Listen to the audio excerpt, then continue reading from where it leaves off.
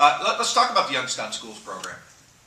For years and years, we kept giving opportunities to succeed in the Youngstown Schools program. And ultimately, you've got a district where a vast majority of the students in that district have left the school district. You've got a district that has continued to not meet expectations. And you've got a district that, despite efforts to try and reform, have basically ended up in a situation to where it wasn't being managed, it wasn't being run. And so, look, nothing would make me happier if the Youngstown community would come together and say, this is our plan to make our schools successful, and this is what we're going to do to get there. But you can't do the opposite. You can't say we're going to continue to ignore failure because the local community seems to not be able to come together on how to fix the problem. And so that's the situation with Youngstown. And candidly, look at those statistics in that district. So what happened was a bunch of community leaders did get together, and they said, this is the plan we think we want to do. The guys from Jim Trussell to the bishop to other folks in that community.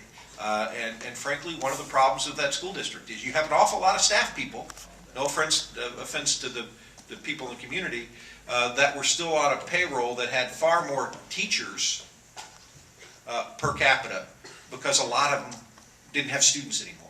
And so they weren't willing to make the kind of adjustments that were necessary to make the school district be successful. Some of that's happening. Talk to the gentleman who was there running their school district last. Basically, he was in a dysfunctional situation. And so that's one, frankly, when the state has to step in, the state has to step in. I hope it's few, and I hope it's far between. And candidly, I hope the community gets their act together before the state has to step in. I'm going to have to let Senator Schiavoni speak to that. We're running out of time, but that's his district. So. You know, there's issues here where, you know, Youngstown is not facing.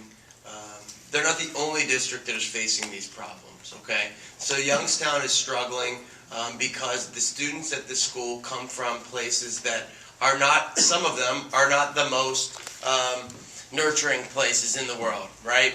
Okay, so the state comes in 10 years ago and they're telling the school board and telling the superintendent what to do for 10 years. But then all of a sudden the day comes where ODE and the governor's office decides to draft a piece of legislation, pick a couple people from home, call them the ambassadors of the bill, and then bring it down here and say that it came from the community. It's absolutely untrue.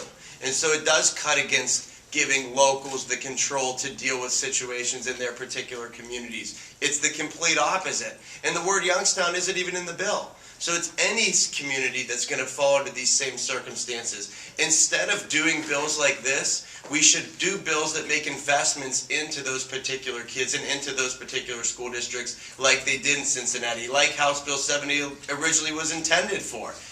Create these models where you have the business community, the neighborhoods, all coming together to give the students an opportunity. That's what we need to do.